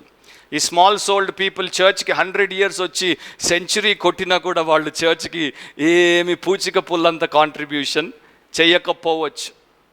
సో అలాంటి వారి గురించి అపోస్తలుడైన పౌలు ఏమంటున్నాడు? ధైర్యము చెడిన వారిని ధైర్యపరచుడి. మొదటి కోవకు సంబంధించిన వారికి బుద్ధి చెప్పుడి, రెండవ కోవకు సంబంధించిన వారిని ధైర్యపరచుడి. Encourage them, comfort them. ఇక్కడే ఈ తెస్సలోనిక సంఘంలో కొన్ని కారణాలు, ఆ సంఘంలో కొంతమంది ఈ రకంగా ఉండడానికి బహుశా అయి ఉండాలి. అవి నేను మీకు చదువుతాను. మొదటి అధ్యాయం 1 Thessalonians 1:6 మొదటి తెస్సలోనిక 1:6, పరిశుద్ధాత్మ వలన కలుగు ఆనందంతో గొప్ప ఉపద్రవమందు మీరు వాక్యమును అంగీకరించి మమ్మను ప్రభువును పోలి నడుచుకున్న వారైతిరి. సో వీరు సువార్తను విన్నప్పుడు, సువార్తకు వీరు విశ్వాసంతో లోబడినప్పుడు, సంఘముగా ఏర్పడినప్పుడు గొప్ప ఉపద్రవములో వీరు పడ్డారు. కనుక దాన్ని తట్టుకోవడంలో కొంతమందికి చాలా ఇబ్బంది అయిపోయింది, తబ్బుబ్బిపోయారు, తలకిందులైపోయారు. 2:14 2:14 క్రీస్తు యేసునందున్న దేవుని సంఘములను పోలి నడుచుకున్న వారైతిరి, వారు యూదుల వలన అనుభవించినట్టి శ్రమలే మీరును మీ స్వంత దేశస్థుల వలన అనుభవించితిరి అని ఈ తెస్సలోనీయులకు అపోస్తలుడు రాశాడు. యూదులకు యూదుల ద్వారా, ఈ తెస్సలోనీయులకు గ్రీకుల ద్వారా శ్రమ. సో వారిలో కొంతమంది చాలా డిస్కరేజ్ అయిపోయారు. 3 నుండి 4 వరకు చూస్తే తెలుగులో 2 నుండి 4 వరకు ఉంటుంది, 3-4. ఈ శ్రమల వలన ఎవడును కదిలింపబడకుండానట్లు ఆయన వాడుతున్నాడు చూడండి. అంటే ఎవడు కదిలించబడొద్దు, షేక్ అవ్వద్దు, ఫాల్టర్ అవ్వద్దు, తొట్టిల్లొద్దు, అంటే మీరు భయపడొద్దు, ధైర్యమును కోల్పోవద్దు అన్నది ఆయన ముందే చెప్పాడు. అయినా కూడా వీరు ఆ రకంగా లేరు. మిమ్మల్ని స్థిరపరచుటకును, మీ విశ్వాస విషయమై మిమ్మల్ని హెచ్చరించుటకును మన సహోదరును క్రీస్తు సువార్త విషయంలో దేవుని పరిచారకుడైన తిమోతిని పంపితిమి. వీరిలో కొంతమంది ఆ రకంగా ఉన్నారు, ఎవరు ఆ రకంగా ఉండకూడదని ఆల్రెడీ తిమోతిని పంపారు. తిమోతి గెస్ట్ స్పీకర్గా వచ్చి వీళ్ళకి స్పెషల్ మీటింగ్స్లో వీళ్ళని బాగా బూస్ట్ చేశాడు. మేము మీ వద్ద ఉన్నప్పుడు మనము శ్రమను అనుభవింపవలసి ఉన్నదని మీతో ముందుగా చెప్పితిమి కదా, అలాగే జరిగింది. కొత్తగా ఏం జరిగింది మీకు? మీరు ప్రభువుని నమ్ముకున్నారు, తప్పకుండా శ్రమలు వస్తాయి అన్నాము, అలాగే వచ్చింది. కొత్తగా ఏం జరిగింది? ఎందుకంత బెంబేలెత్తిపోతున్నారు? ఇది మీకు తెలియను. అట్టి శ్రమలను అనుభవించుటకు మనము నియమింపబడిన వారమని మీరు ఎరుగుదురు. సో ఇదంతా మీకు తెలుసు. క్రిస్టియన్కి రోగం వస్తుందని తెలుసు, క్రిస్టియన్కి యాక్సిడెంట్ అవుతుందని తెలుసు, క్రిస్టియన్ కూడా అందరిలాగే చచ్చిపోతాడని తెలుసు. మళ్ళీ ఎందుకు గాబరా? అండ్ క్రిస్టియన్ క్రైస్ట్ యొక్క కంట్రోల్లో ఉన్నాడు. క్రైస్ట్ యొక్క ఆజ్ఞ లేకుండా ఏమీ జరగదు అని తెలిసిన తర్వాత ఎందుకు గాబరా? ఏంటంటే బై డిఫాల్ట్ వారి యొక్క స్వభావం అట్లాంటిది అనమాట. అవ్వక ముందు గాబరా పడతారు, అయినప్పుడు గాబరా పడతారు, అయిపోయిన తర్వాత గాబరా పడతారు. సో బేసికల్లీ వీళ్ళేంటి అంటే గాబరా మనుషులు అనమాట. 4:13 కూడా చూడండి, అవిశ్వాసులు చచ్చిపోతే ఏం జరుగుతుందో తెలియదు కనుక వారు బాధపడ్డారు. విశ్వాసులు చచ్చిపోతే విశ్వాసులు బాధపడుతున్నారు. అందుకనే పౌలు అంటాడు 4:13 సహోదరులారా, నిరీక్షణ లేని ఇతరుల వలె మీరు దుఃఖపడకుండా నిమిత్తం నిద్రించుచున్న వారిని గూర్చి మీకు తెలియకుండా మాకు ఇష్టం లేదు. సో ధైర్యము చెడినటువంటి వారు ప్రతి సంఘంలో ఉంటారు. వారెవరో మనము తెలుసుకోవాలి, వారికి దేవుడి ద్వారా మనము పరిచర్య చేయగలగాలి. అండ్ వీరిని ఇంకో రకంగా చెప్పాలంటే crying babies in the church అనొచ్చు. ప్రతి చర్చ్లో క్రయింగ్ బేబీస్ ఉంటారు కదా. ఇక్కడ నేను మెసేజ్ ఇచ్చేటప్పుడు క్రయింగ్ బేబీస్ని మదర్స్ ఎత్తుకొని crying baby and running mother కదా, ఆ సీన్ నాకు నచ్చదు.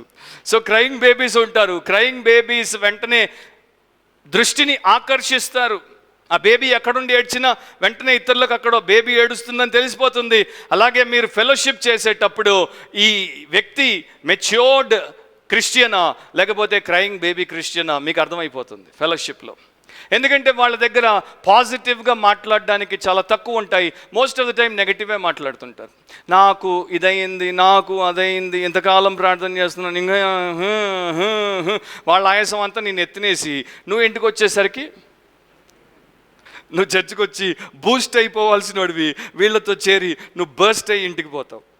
కానీ అట్లా కాకుండా గుర్తించి వాళ్ళకి నీవు రైట్ మినిస్ట్రీ చేస్తే నువ్వు బాగుంటావు, వారు బాగుపడతారు.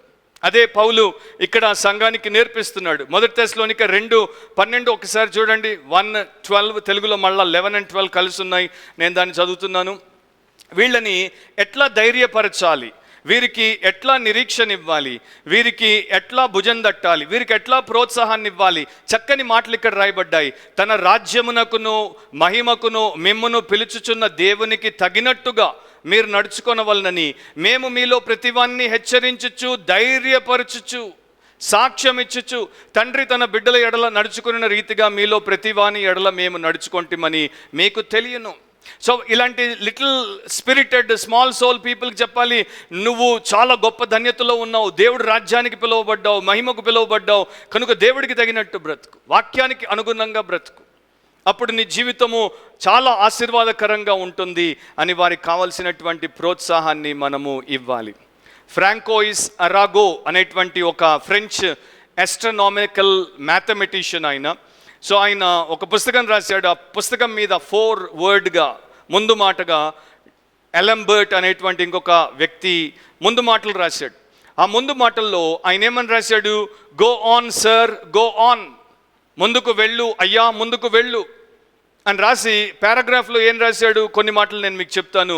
నీకు ఎదురయ్యేటువంటి కష్టములన్నీ కాలముతో పాటు నీవు ముందుకు వెళ్తుండగా అవి కాలగర్భంలో కలిసిపోతాయి. నీకు వెలుగు అనేది ఇవ్వబడింది. నువ్వు ముందుకు సాగుతూ ఉంటే ఆ వెలుగు పెరుగుతూ ఉంటుంది, నీ యొక్క మార్గము సుగమము అవుతుంది. కనుక go on sir, go on, ముందుకే వెళ్ళు అయ్యా, ముందుకే వెళ్ళు.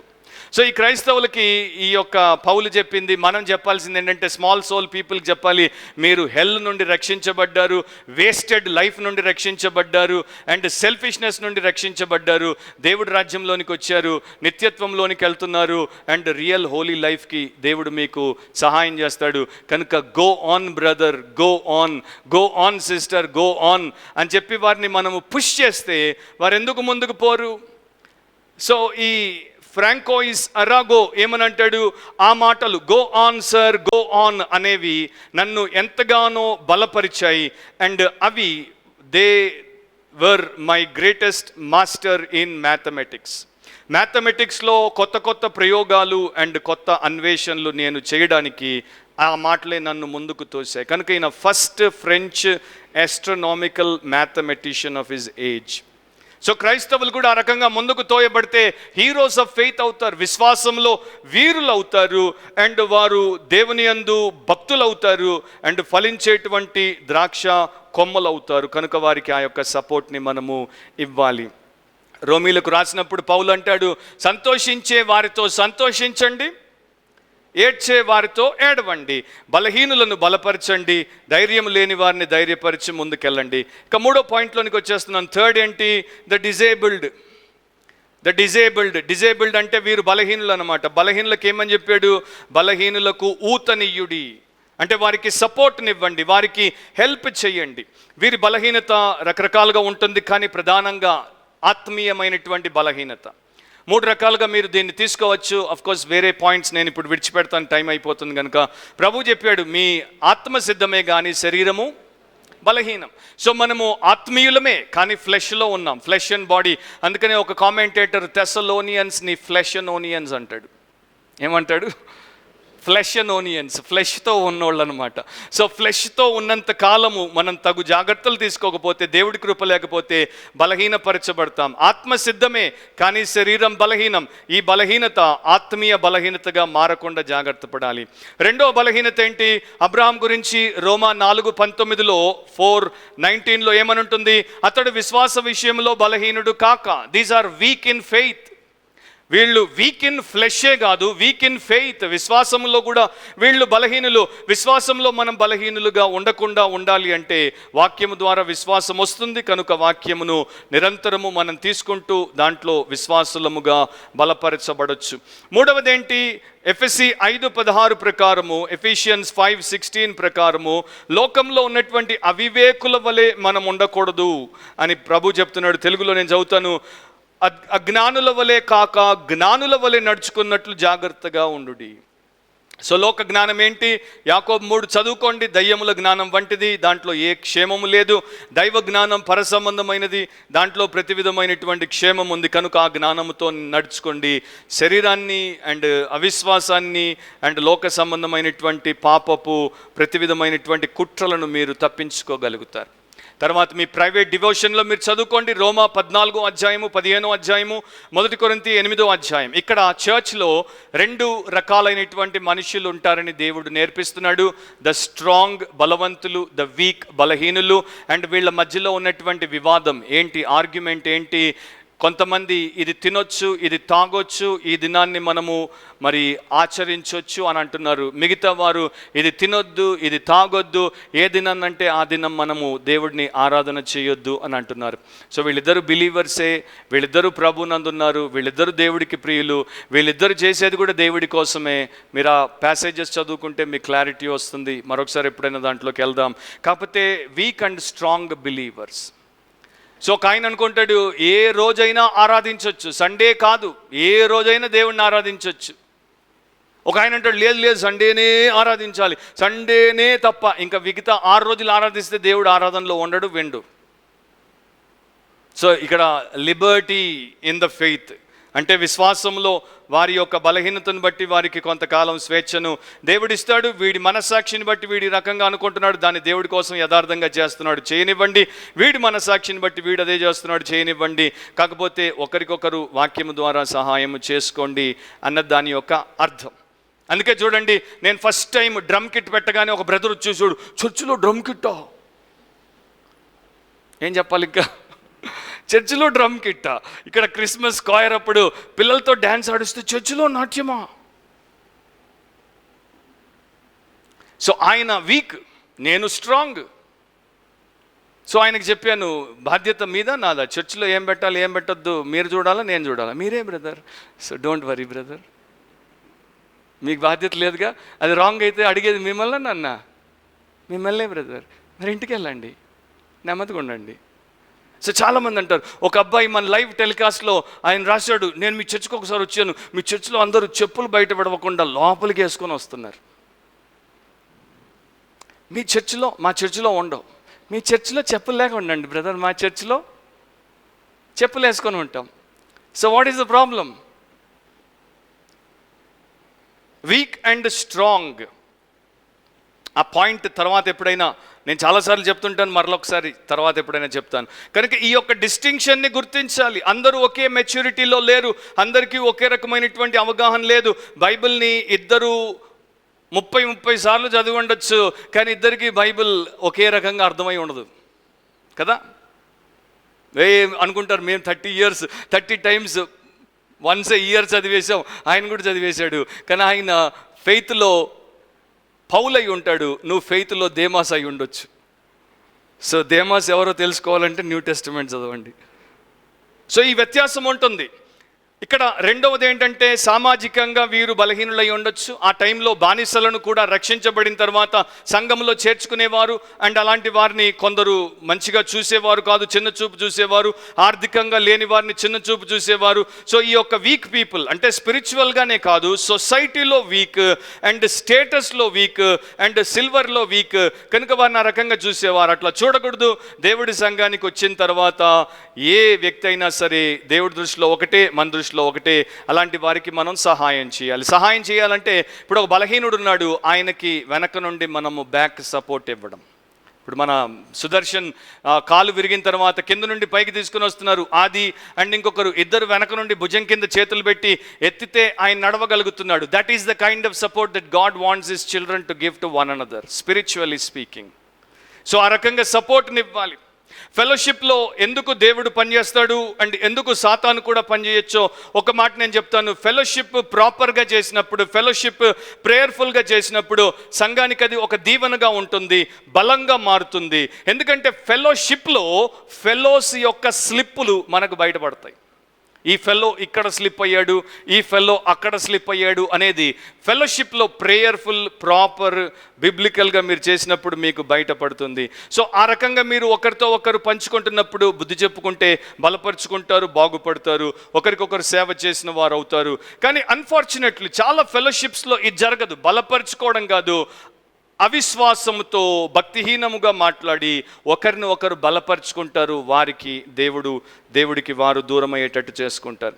సో విశ్వాసులు ఈ యొక్క బలహీనులకు ఏ రకంగా ఊతనివ్వాలి, సపోర్ట్నివ్వాలి, న్యూ టెస్టమెంట్ మీరు చదువుకోండి. వారి మీద కనికరం చూపండి, 1 పేతురు 3:8. తర్వాత వారి కోసం ప్రార్థన చేయండి, యాకోబు 5:16. తర్వాత వారితో మీ సమయమును గడపండి, 2 తిమోతి 4:11. వారు మాట్లాడుతూ గుండె గోడు చెప్పుకుంటుంటే మనసారా చెవినిచ్చి వినండి, గలతీ 6:1-2. వారి విశ్వాసాన్ని వాక్యంతో బలపరచండి, యోబు 16:5. అండ్ మీ సాక్ష్యము ద్వారా వారిని దేవుని యందు ప్రేరేపించండి, కీర్తన 42:5. నేను కూడా కృంగాను, తర్వాత దేవుడు నన్ను లేపాడు, నిన్ను కూడా బలపరుస్తాడు. ఆ వచనాలు నేను తొందరగా చెప్పాను, తర్వాత మీరు వీడియో అప్లోడ్ అయిన తర్వాత ఆ పాటలో మీరు ఆ వచనాలు రాసుకోవచ్చు. చివరి 2 మాటలు చెప్తున్నాడు, వాటిని కూడా నేను చెప్పేసి ముగిస్తాను. అందరి ఎడల దీర్ఘశాంతము గలవారై ఉండుడి. So be patient toward all men, అందరి వైపు అందరితో దీర్ఘశాంతులై ఉండండి. ముఖ్యంగా స్థానిక సంఘంలో మొదట, సమాజంలో తర్వాత. అండ్ అందరితో దీర్ఘశాంతులుగా ఎందుకు ఉండమంటున్నాడు? ఎందుకంటే చర్చ్లో రకరకాల బ్యాక్గ్రౌండ్స్ నుండి, రకరకాల బిలీఫ్స్ నుండి, రకరకాల సిచ్యువేషన్స్ నుండి వచ్చినటువంటి వారు ఉంటారు. వాళ్ళ యొక్క స్వభావం వేరుగా ఉంటుంది. కంపాటబిలిటీ అనేది అంత తొందరగా అందరికీ రాకపోవచ్చు. మరి వరల్డ్ వైడ్ చర్చ్ గురించి, యూనివర్సల్ చర్చ్ గురించి మాట్లాడుతున్నాను. అట్లాంటి చర్చెస్లో డాక్టర్లు ఉంటారు, లాయర్లు ఉంటారు, పాలిటీషియన్స్ ఉంటారు, పోలీస్ ఆఫీసర్స్ ఉంటారు, ప్రొఫెషనల్స్ ఉంటారు, బిజినెస్ పీపుల్ ఉంటారు, ఎలక్ట్రీషియన్స్ ఉంటారు, ప్లంబర్స్ ఉంటారు, తర్వాత సైట్ మేస్త్రీలు ఉంటారు, ఇంకొక ఆర్కిటెక్ట్ ఉంటాడు, తర్వాత రిచ్ ఉంటారు, పూర్ ఉంటారు, ఫ్యాట్ ఉంటారు, థిన్ ఉంటారు, హైట్ ఉంటారు, స్మాల్గా ఉంటారు, బాల్డ్గా ఉంటారు, ఫుల్ హెయిర్తో ఉంటారు, రకరకాలుగా ఉంటారు. సో నావెల్టీ ఉంటుంది చర్చ్లో. ఎగ్జిబిషన్ అంటే గాడ్స్ గ్రేస్ యొక్క ఎగ్జిబిషన్ ఫ్రీగా మనకు ఎక్కడ కనపడుతుందంటే చర్చ్లో. వారు క్రీస్తు రక్తంలో కడగబడ్డారు, క్రీస్తు ఆత్మతో నింపబడ్డారు, క్రీస్తు వాక్యంతో పోషించబడుతున్నారు, క్రీస్తు బిడ్డలుగా సంఘముగా ఉన్నారు. కనుక వారు వచ్చి పక్కపక్కన కూర్చున్నప్పుడు వారి మధ్యలో భేషజాలు ఉండవు. నేను ఒకసారి ఒక ఇంటర్నేషనల్ కాన్ఫరెన్స్లో మన ఇండియన్ ఇంటెలిజెన్స్ డీజీపీ, ఇంటెలిజెన్స్కి మామూలుగానే కాదు, intelligence DGP and Pakistan intelligence officer, నేను ముగ్గురము ఆల్మోస్ట్ 21 days టుగెదర్ ఆ కాన్ఫరెన్స్లో ఒక దేశంలో ఉన్నాము. సో మన ఇండియన్ లక్నో డీజీపీ ఆయన పేరు చెప్పను ఎందుకంటే అవసరం లేదు కనుక. సో ఆయన అనేవాడు, బ్రదర్ ఉపేందర్, ప్రపంచంలో ఇలాంటిది కలలో కూడా సాధ్యం కాదు. 2 bitter enemies and 2 intelligence authorities coming and sitting together having fellowship, only possible in Christ. Amen. Only possible in Christ. So this is the beauty of the church. ఇది సంఘంలో ఉన్నటువంటి అందము, సంఘంలో ఉన్నటువంటి సౌందర్యం. అందుకే 1 కొరింథీ 12లో క్రీస్తు యొక్క శరీరముగా దాన్ని చూపిస్తున్నాడు. సో ఇంట్లో గొడవలు ఉంటాయి, వీధిలో గొడవలు ఉంటాయి, స్కూల్లో గొడవలు ఉంటాయి, ఆఫీస్లో గొడవలు ఉంటాయి, మార్కెట్లో గొడవలు ఉంటాయి, అలాగే చర్చిలో కూడా గొడవలు ఉంటాయి. గొడవలు ఎందుకు ఉంటాయంటే ఇన్ని రకాల వారు ఉన్నారు కనుక, ఇన్ని స్థాయిల్లో ఉన్నారు కనుక, రకరకాల ఆలోచనలతో వస్తారు పోతారు కనుక. సో సంఘంలో పర్ఫెక్ట్ పీపుల్ లేరు, సంఘంలో ఇంపర్ఫెక్ట్ పీపుల్ ఉన్నారు, సంఘంలో ఇమ్మెచ్యూర్ పీపుల్ ఉన్నారు, సంఘంలో ఇమారల్ పీపుల్ ఉంటారు. సో అసంపూర్ణులు అండ్ అవివేకులు అండ్ అక్రమకారులు సంఘంలో ఉంటారు కనుక వారికి రకంగా సేవ చేస్తే, ప్రేమతో దీర్ఘశాంతంతో సేవ చేస్తే వారిని మనం బాగు చేస్తాం అండ్ సంఘము గొప్ప క్షేమంతో ముందుకు సాగిపోతుంది. పేషెన్స్ గురించి ఒక్క మాట చెప్తాను. పేషెన్స్ మీకు బలం. మీరు ఇతరులతో ఎంతగా ఓపికతో వ్యవహరిస్తే అంతగా మీరు బలపరచబడతారు. లియోనార్డో డావించి అనేవాడు, నాకు చలి వేస్తుంది అంటే నేను ఒక ఊలు కోటు వేసుకుంటాను, అది నన్ను చలి నుండి కాపాడుతుంది. చలి ఇంకా ఎక్కువైతే ఇంకొక కోటు వేసుకుంటాను, అది నన్ను కాపాడుతుంది.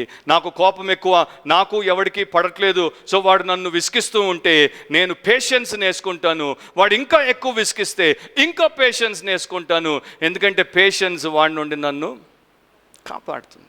సింపుల్. లియోనార్డో డావించి. సో పేషెన్స్ ఎందుకు అవసరం అంటే ప్రతి ఒక్కళ్ళు ఒకే టైంలో ఒకే లెవెల్లో పర్ఫెక్షన్లోకి రారు. ఇద్దరు క్రైస్తవులు కారులో పోతున్నారు, ఒక చోట ఆ యొక్క మార్గం అంతా ఇరుకుగా అయిపోయింది, బయటకు వచ్చేసేసరికి అమ్మయ్య అనుకున్నారు. అక్కడ ఒక బోర్డు పెట్టింది ఆ కన్స్ట్రక్షన్ కంపెనీ. బోర్డు మీద ఏమనుంది? Construction ended, thank you for your patience.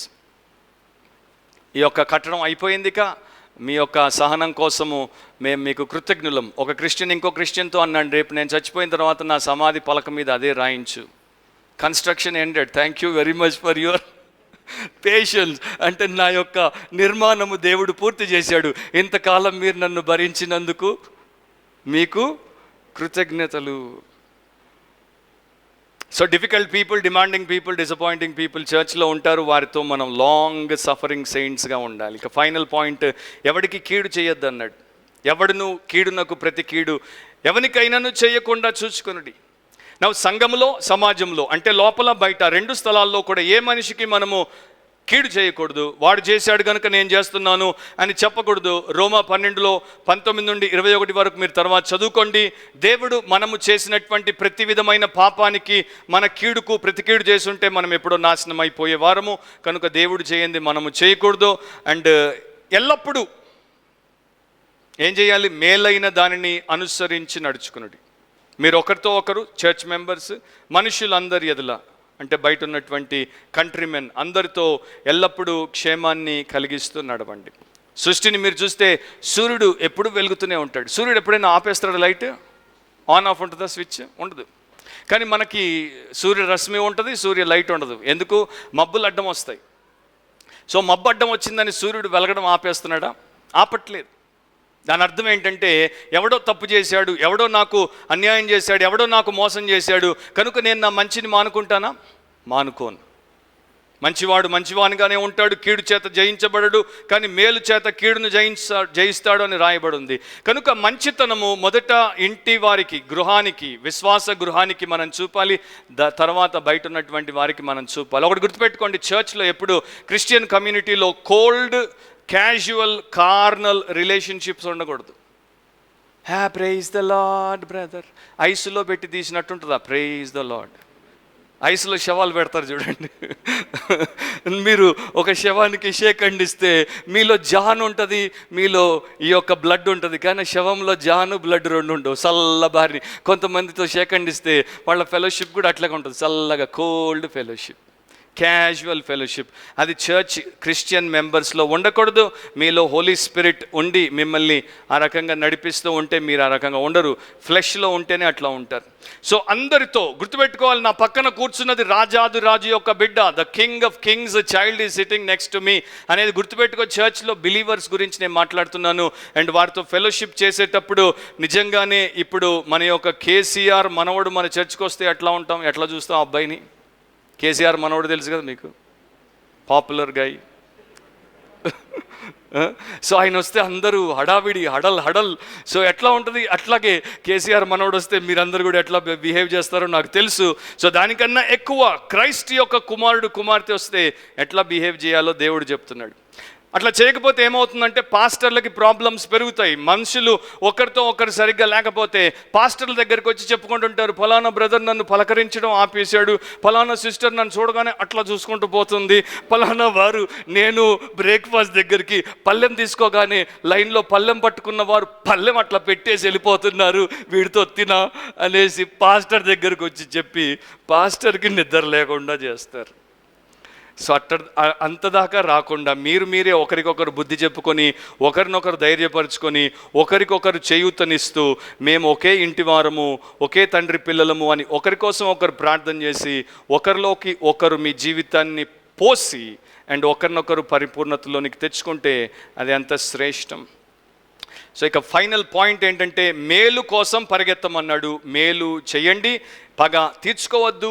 ఎంత ఇతరులు మనకు నష్టాన్ని, కష్టాన్ని కలిగించినా వారికి మనం క్షేమాన్ని కలిగిద్దాం. ఒక ఆయన తన పొరుగువాడి యొక్క గుర్రము తన యొక్క పొలంలోనికి వస్తే దాన్ని పట్టుకొని ఆ దినాల్లో పంచాయతీకి దాన్ని తీసుకుపోయి అప్పచెప్తారు. సో పంచాయతీలో వారు గుర్రాన్ని పెట్టేసుకుంటే ఈ గుర్రము ఎవడిదో వాడొచ్చి పన్ను కట్టి లేకపోతే చలానా కడితే కానీ దాన్ని విడిపించరు. సో ఈ ఉదయానికి ఈ గుర్రాన్ని పంచాయతీకి అప్పగించినోడు వచ్చి పక్కనున్న పొరుగువానితో అంటున్నాడు, నీ గుర్రం రాత్రి నా పొలంలోకి వచ్చింది, పంచాయతీకి అప్పగించా, పోయి తెచ్చుకో. అప్పుడు ఈ రెండో వాడు అంటున్నాడు, మొన్న రాత్రి నీ యొక్క పశువులని నా పొలంలోకి వస్తే నేను వాటన్నిటిని తీసుకుని వచ్చి నీ చావడిలో కట్టి తలుపేసి వచ్చా. ఇంకొకసారి వచ్చినా మళ్ళీ నేను తీసుకుని వచ్చి నీ చావడిలో పెట్టి తలుపేసి వస్తా అంటే వీడి పరువు పోయింది వీడికి. వీడు మాట్లాడకుండా పోయి మధ్యాహ్నానికల్లా పంచాయతీలో వీడే సుంకం కట్టి గుర్రాన్ని విడుపులు చేసుకొని తీసుకుని వచ్చి ఇచ్చాడు. దీన్ని ఏమంటారు? Not taking revenge but doing good to those who take evil or to do those who do evil to us. So that is Christianity. తలంచండి, ప్రార్థన చేద్దాం. ఈ జీవితం, సంఘ జీవితం, క్రైస్తవ ప్రజల్లో దేవుడు కోరేటువంటి జీవితం, ఇది సాధ్యమా? 100%గా 1000% సాధ్యము. ఎందుకంటే దేవుడు దాన్ని చేసి నిరూపిస్తాడు. సభ్యులు సంఘస్థులు ఒకరి పట్ల ఒకరి యొక్క బాధ్యతను మరవకుండా, నిర్లక్ష్యం చేయకుండా, దాన్ని విస్మరించకుండా వారు చేసుకుంటూ పోతే దేవుడు అద్భుతమైనటువంటి సంఘాన్ని, క్రీస్తు వధువును కడతాడు. ఆయన రాకడ అతి సమీపంగా ఉంది. పరిశుద్ధుడైన మా దేవా, ఈ ఉదయం మీరు నాతో మాట్లాడిన మాటల కొరకు మీ శ్రేష్ఠ గ్రంథం నుండి మీ శక్తివంతమైన శ్రేయస్కరమైన వాక్య భాగముల కొరకు మీ కృతజ్ఞతలు. మేము ఆ రకంగా మా యొక్క జీవితాలను జీవించటకు సహాయం చేయండి. గతంలో మేము చేసిన అవిధేయత పాపములను బట్టి మమ్మల్ని క్షమించి ఇక నుండి ఈ రకంగా నీ రాక వరకు మేము జీవించి పరిచర్య చేసేవారిగా మమ్మల్ని తీర్చిదిద్దమని యేసు నామమున అడిగి ప్రార్థిస్తున్నాం తండ్రి. ఆమేన్.